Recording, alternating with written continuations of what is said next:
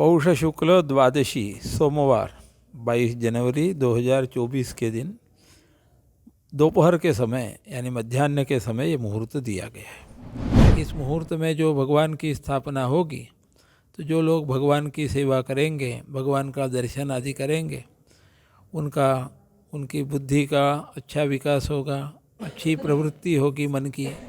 विश्व की रक्षा कैसे हो ये, और भारतवर्ष जो है ये सबका भरण पोषण करता है, इसलिए भारत माना गया है।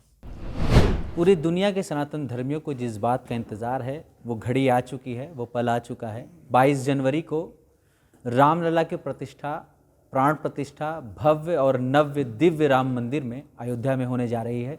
इसका मुहूर्त काशी के प्रकांड विद्वान गणेश्वर शास्त्री द्रविड़ जी ने निकाला है।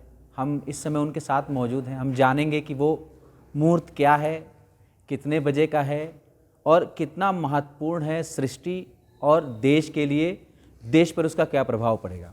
गुरुजी, आपका बहुत बहुत स्वागत है राजस्थान पत्रिका में। क्या कुछ है मुहूर्त को लेकर राम मंदिर की प्राण प्रतिष्ठा में? पौष शुक्ल द्वादशी सोमवार 22 जनवरी 2024 के दिन दोपहर के समय यानी मध्याह्न के समय ये मुहूर्त दिया गया है। मध्याह्न के समय अभिजीत मुहूर्त होता है। अभिजीत मुहूर्त का ज्योतिष शास्त्र में बहुत वर्णन है, तदनुसार वो दिया गया है। उसमें मेष लग्न का मुहूर्त है और वृश्चिक नवांश उसमें दिया गया है। मेष लग्न में गुरु है, दूसरे स्थान में उच्च का चंद्र है, छठे स्थान में केतु है, 9वें स्थान में बुध और शुक्र हैं, 11वें स्थान में शनि है। इसमें केतु और शनि ये शत्रुओं को परास्त करते हैं और संरक्षण करते हैं। गुरु का लग्न में होना सबसे श्रेष्ठ माना गया है। वह गुरु मित्र राशि का है और उच्च नवांश का है।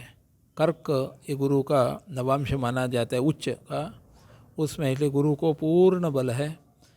उस गुरु की दृष्टि 5वें स्थान पर यानी विद्या स्थान, बुद्धि स्थान पर है। 7वां स्थान यानी मनोभाव का स्थान वहाँ पर है। 9वां स्थान धर्म का, पुण्य का, भाग्य का वहाँ है। इसलिए इस मुहूर्त में जो भगवान की स्थापना होगी तो जो लोग भगवान की सेवा करेंगे, भगवान का दर्शन आदि करेंगे, उनकी बुद्धि का अच्छा विकास होगा, अच्छी प्रवृत्ति होगी मन की, और अच्छे कार्य हाथ से होंगे। तो बुद्धि अच्छी हो गई, मन अच्छा हो गया और शरीर से होने वाले कार्य अच्छे हो गए हैं, तो ये भारतवर्ष का जो विश्व गुरुत्व है उसको ये मुहूर्त प्रतिष्ठापित करेगा। इस दृष्टि से ही दिया है।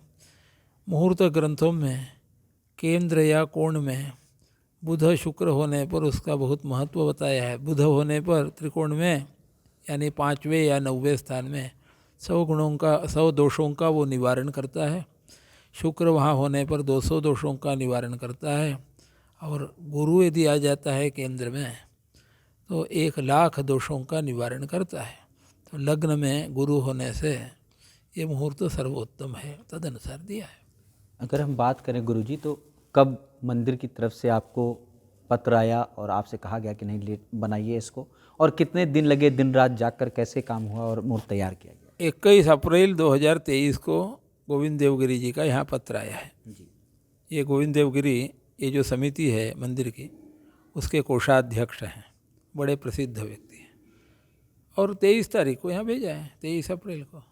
अगर हम बात करें, आपने शिलान्यास के वक्त भी मुहूर्त निकाला था, तब लोगों ने कहा कि मुहूर्त में ऐसा है वैसा है, बहुत सारी चीज़ें उसमें निकाली गई, तो क्या कुछ ऐसा कुछ फ़र्क पड़ा, ऐसा कुछ होगा? आज भी कुछ लोग बोलेंगे तो क्या है? हाँ, आज भी प्रश्न आया था, अनाम एक पत्र आया था जी तो उसको गोविंद देवगिरी ने जिन्हें जब अपने नाम से पत्र भेजा जी तो उसका भी जवाब यहाँ से गया है।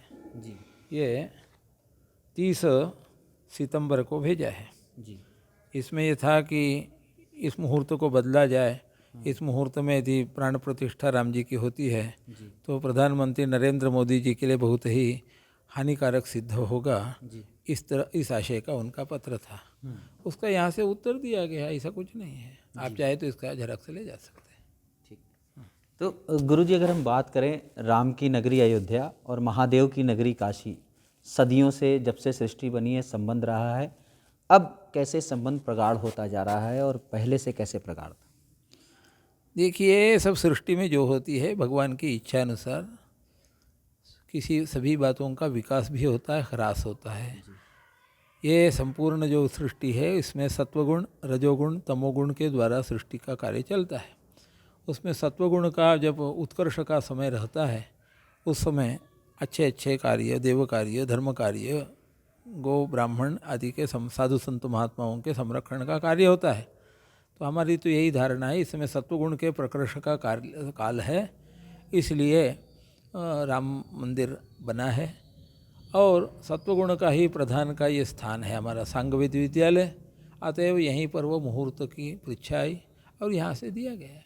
103 वर्ष पुराना ये महाविद्यालय है और यहाँ तपस्थली है। यहाँ से लगातार धर्म के लिए काम हो रहा है और लोगों को शिक्षा भी दी जा रही है।